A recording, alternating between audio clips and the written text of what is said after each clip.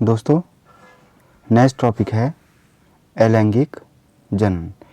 दोस्तों, इसको कहते हैं एसेक्सुअल रिप्रोडक्शन। क्या कहते हैं? Asexual reproduction.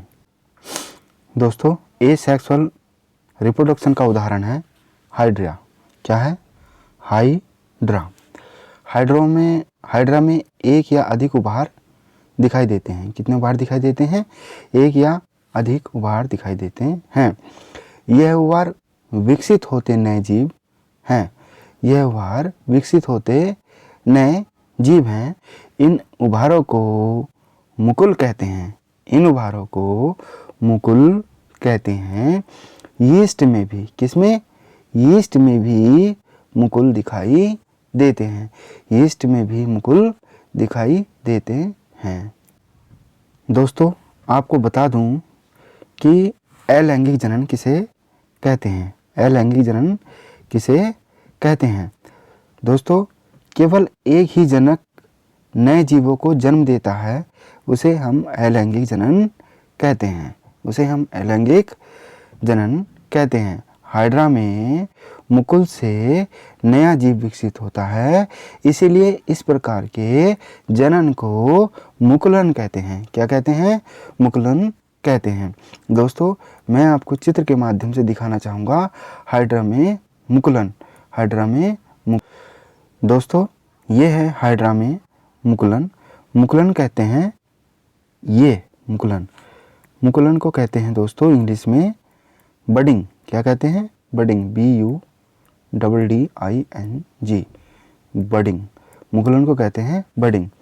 ये जो बडिंग है, बडिंग का मतलब उभार।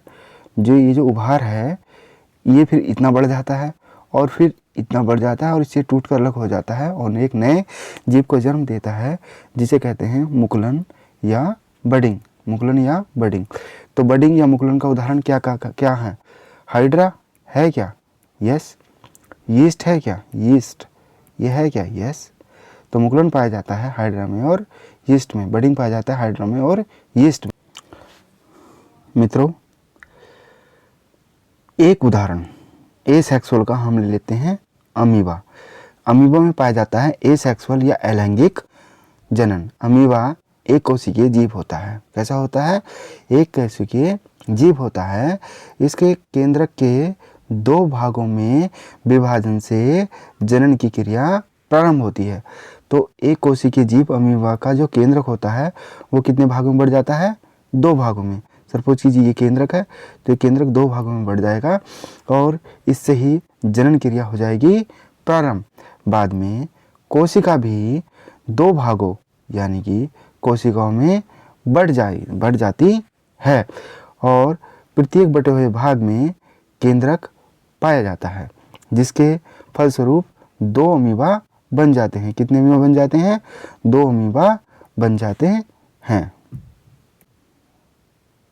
दोस्तों, आपको मैं अमीबा को सचित्र दिखाना चाहता हूँ। ये देखिएगा आप अमीबा का